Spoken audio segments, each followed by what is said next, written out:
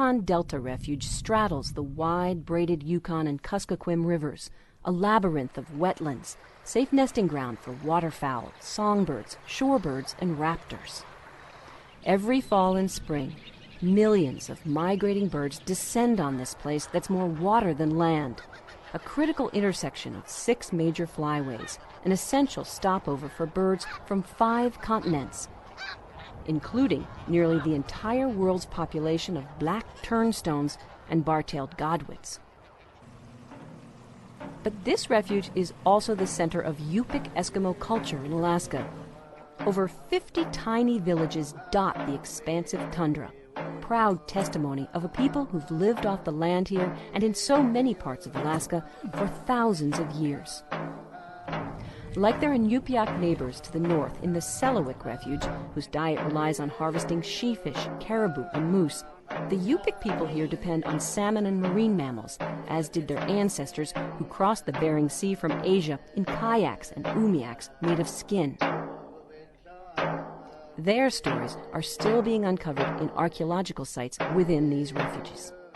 The refuge has played a big role in the subsistence lifestyle of the people of our area.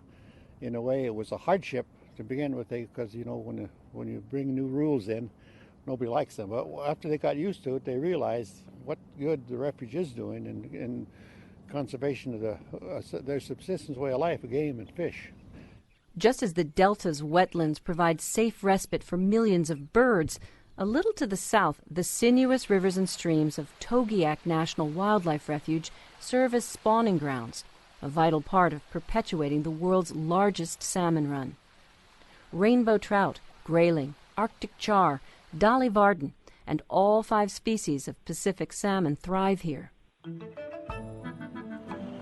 Just inside and outside of the refuge's borders, world-class sport fisheries and commercial fisheries coexist. It's a model of successful, sustainable use. On a single stretch of river, a Yupik family set nets for salmon to put up for the winter. A fly fisherman catches and releases shimmering trophy rainbows. And below at the mouth, a gill netter's heavy haul is destined for fish markets and restaurants from New York City to Tokyo. Here in this nutrient-rich corner of Alaska, Togiak, Basharov, Alaska Peninsula, and Eisenbeck refuges combine to protect a huge swath of habitat that offers a variety of wildlife-related recreation unique to the National Wildlife Refuge system. Unprecedented opportunities to float, camp, hunt, fish, photograph, and just enjoy what's truly wild. Being in a National Wildlife Refuge, taking it on at the pace of traveling by foot or by hand, that is paddling a boat, things happen that you don't expect. You simply have to be open and observant, and wonderful things happen every time. But habitat is not static. And while these places are protected, that protection is not absolute. Climate change, for example, knows no boundaries, and therein lies the foresight of those who set this land aside. Canudi Refuge borders both sides of the Arctic Circle in north-central Alaska. This is the land of the boreal forest, the great northern belt of coniferous trees that circles the globe. Warmer temperatures and drier summers are changing the character of this place, which is punctuated with lakes, kettle ponds, and marshes.